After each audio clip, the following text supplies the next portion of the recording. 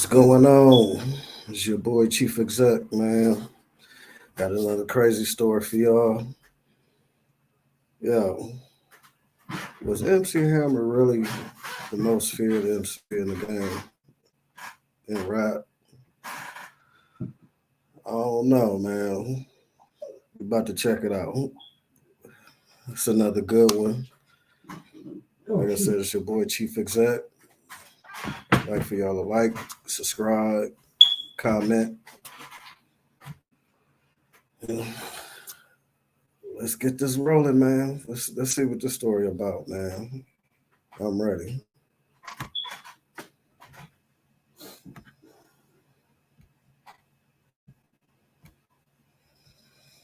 Stories. In this episode, I'll be discussing the life of MC Hammer. Stanley Kirk Burrell was born on March 30th, 1962, in Oakland, California. The youngest son of 7 siblings, he spent most of his early years in Oakland, a city ravaged by crime and poverty. He grew up very poor. Hammer recalls that 6 children were crammed into a 3-bedroom housing project apartment. His father managed a poker club, while his mother held down a job as a secretary. Times were tough, but young Hammer found great joy dancing in the streets and parks, copying dance moves from his early idols. At 4 years old, he watched the James Brown performance at the Apollo on TV and began to emulate it when he wasn't dancing or studying. He would write poems, but dancing and writing were just hobbies. His consuming passion was baseball. Whenever he got the chance, he'd go to the Oakland Coliseum to watch his home team. One day, the A's owner, Charlie Finley, saw 11-year-old Hammer doing James Brown splits in the Coliseum parking lot and was so amused, he hired him to work in the clubhouse. When the team went on the road, Hammer went along as a bad boy. And when Charlie would fly home to Chicago, Hammer would call him from the ballpark and give him a play-by-play rundown of the game. Hammer became buddies of many of the A's stars, like Joe Rudy and Vita Blue. He got the name Lil Hammer after one player noticed his resemblance to Hank Aaron. Following high school, Hammer pursued a college degree in communications and a career as a professional baseball player, but to no avail. Out of school, out of work, and out of luck, Hammer felt as if he had reached a crossroads. For a while, he thought about hooking up with the most flourishing trade in his neighborhood. Hammer had friends making $5,000 to $6,000 a week easy in their sleep. Instead, Hammer joined the Navy. He was stationed in California for most of his 3 years.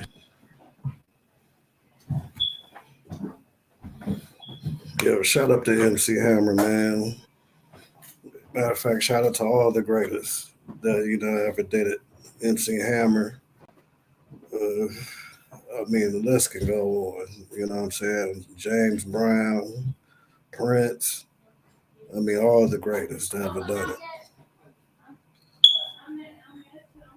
But yeah, the stories is starting to look like it's about to get interesting.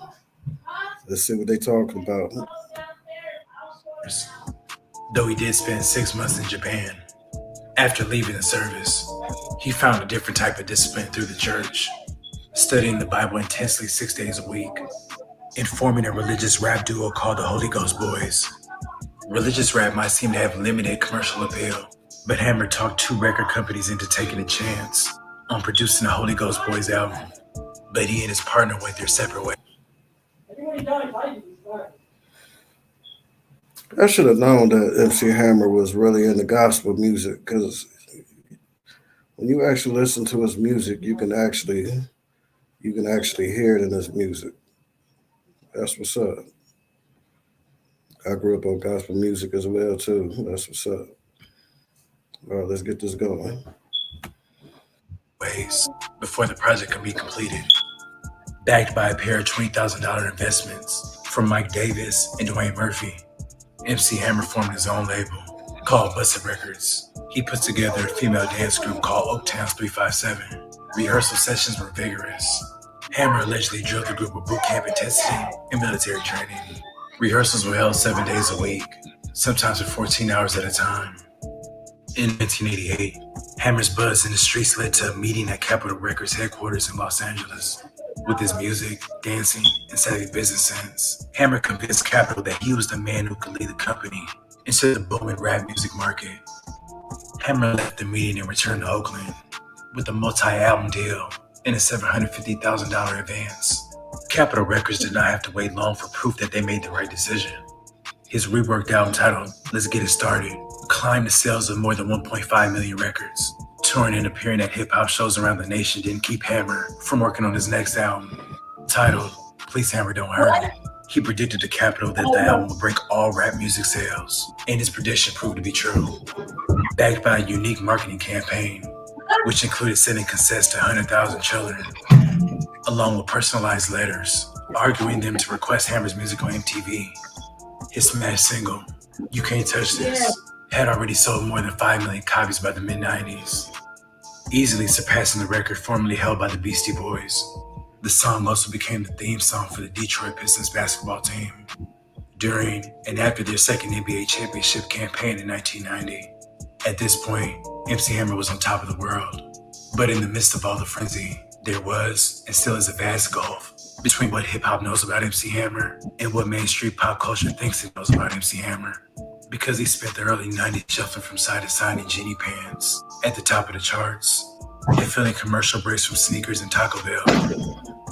Hammer is mistakenly too often treated like the Carlton Banks of hip-hop, deceived by his dance moves, charisma, and clean look. But tales of Hammer's more streetwise traits have been rife in both the East Bay and hip-hop community for years. With deep family roots, Hammer's family allegedly had mob ties in the Felix Mitchell era.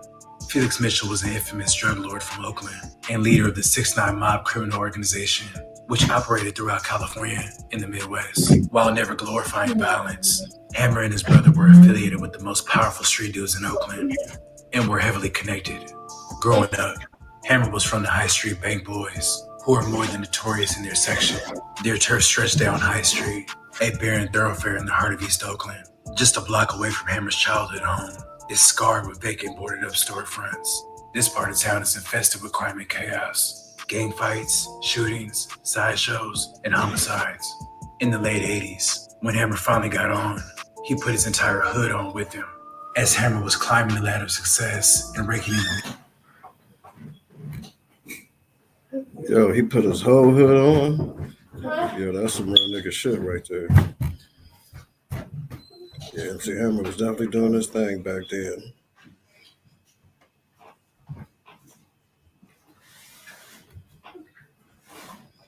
Millions. He saw the people that he grew up with in his neighborhood hustling, selling drugs, engaging in turf shootouts, and even some getting addicted to crack.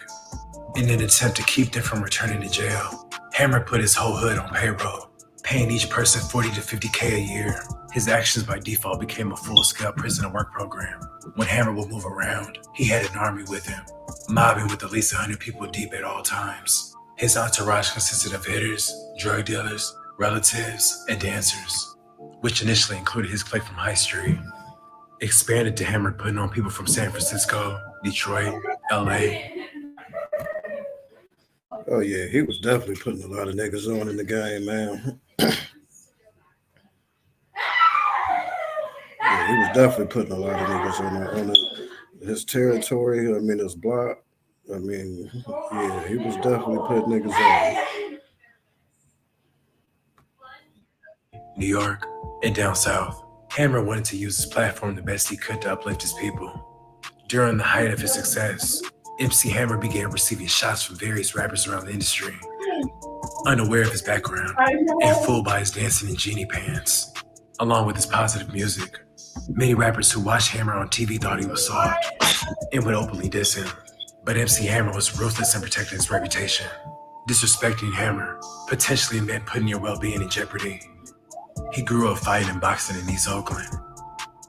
That aggression that he danced with on stage, he was able to translate that to fighting if someone needed to be handled. If you talk shit about Hammer on your album and your tour had to stop in Oakland, he was coming to see you. In the late 80s, early 90s, there were shots being exchanged between MC Hammer and LL Cool J. LL dissed Hammer on his 1990 song, To the Break of Dawn. That same year, LL had a show in Oakland, California. Hammer's people allegedly pulled up backstage to pay LL a visit. An argument ensued, and as LL tried making his way through the door, he was allegedly punched in the face. The following day, Hammer's people allegedly followed LL as he was making his way to the airport. MC Hammer and LL were able to settle their differences years later, In 1989, in response to MC Hammer dissing Run DMC, Third Base took it upon themselves to diss Hammer. Hey, straight up. They always say it's the realest niggas in the game. It's the ones that ain't, you know what I'm saying, bragging about what they do and lying in their raps. There's always the quiet ones, you know what I'm saying, that would definitely get shit popping for real.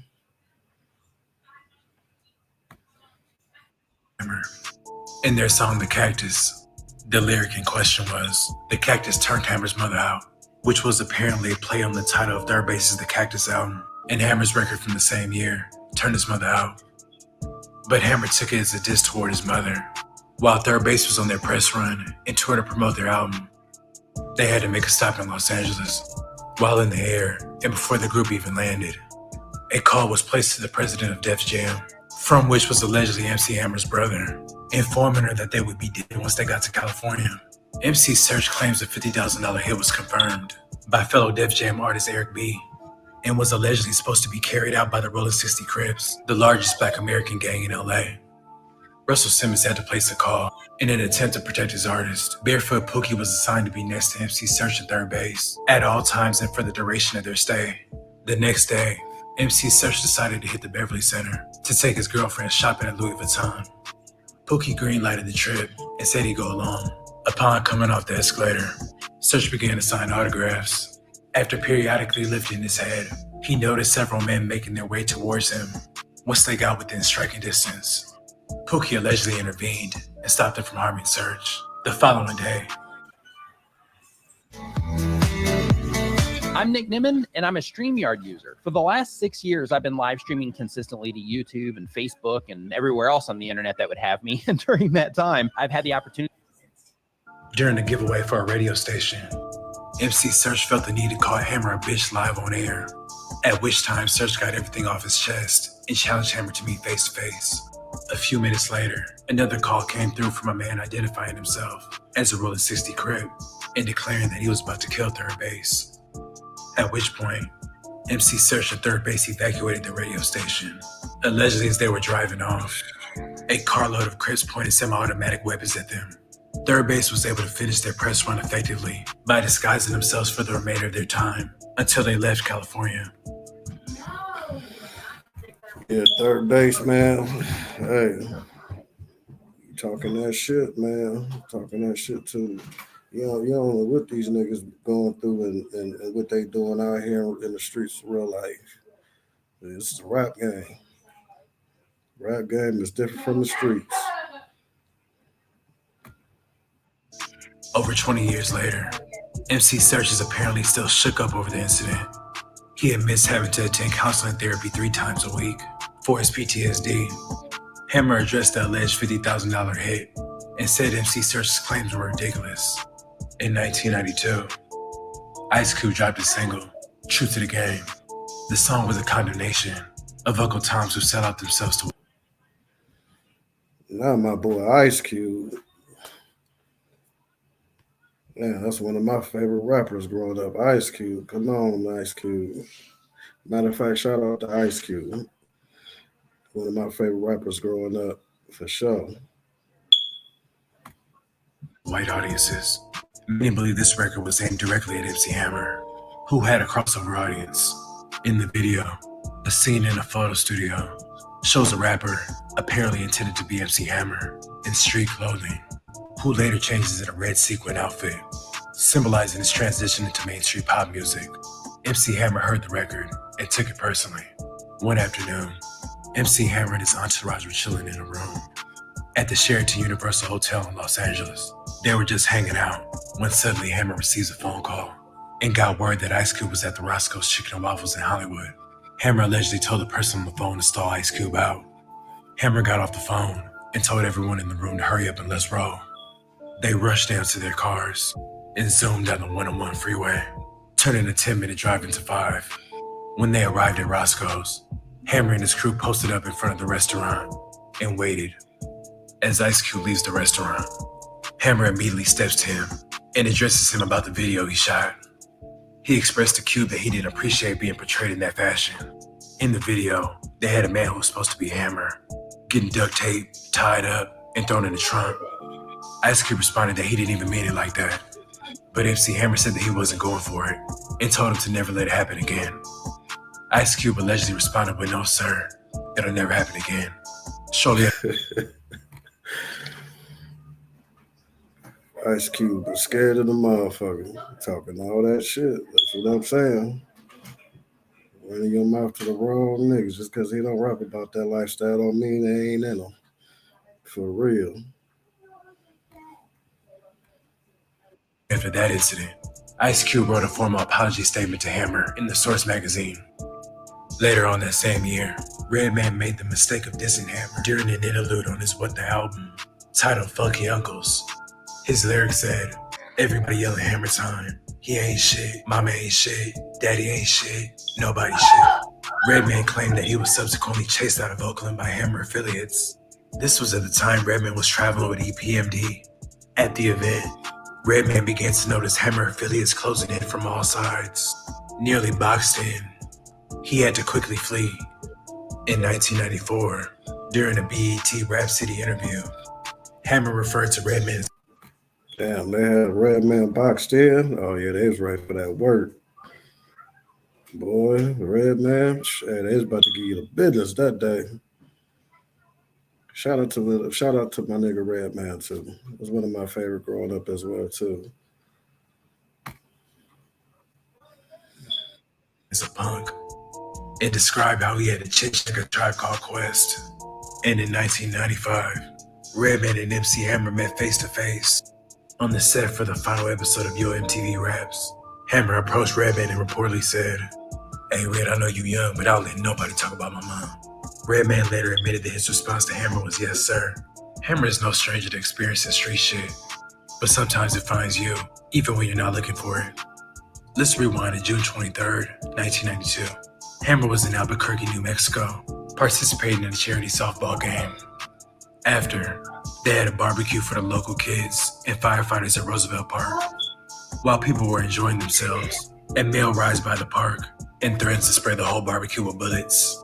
Before Hammer could get everyone out of the park, the male returns and begins to shoot from inside the moving vehicle. 4 people were shot, including 3 people within Hammer's crew. Brian Sneed was shot in the face, Delani McGill was wounded in the neck, and Art Frame suffered a graze wound to the leg. During the mid-90s, Hammer and Suge Knight linked up, and Hammer signed with Death Row Records in 1995. He finished an album under the label, but it was never released. After the death of Tupac in 1996, Hammer left Death Row Records. It's also to be noted, MC Hammer was one of the few that Suge Knight didn't try.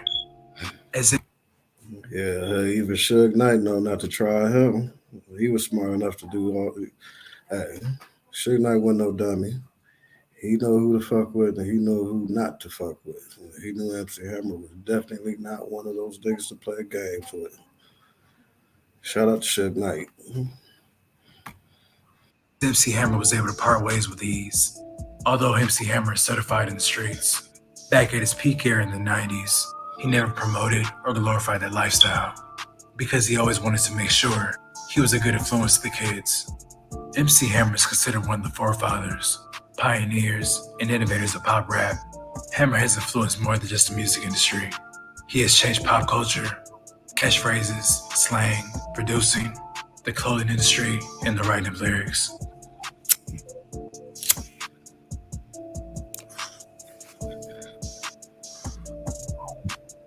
I'd like to thank you guys for watching. Please like, comment, and subscribe.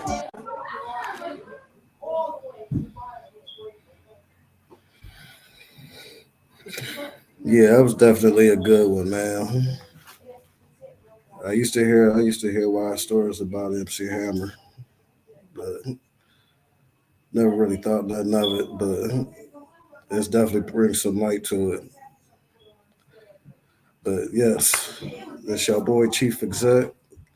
I like for y'all to like, comment, subscribe to the channel. Leave some comments. You know what I'm saying? Let me know what y'all feel and what y'all think.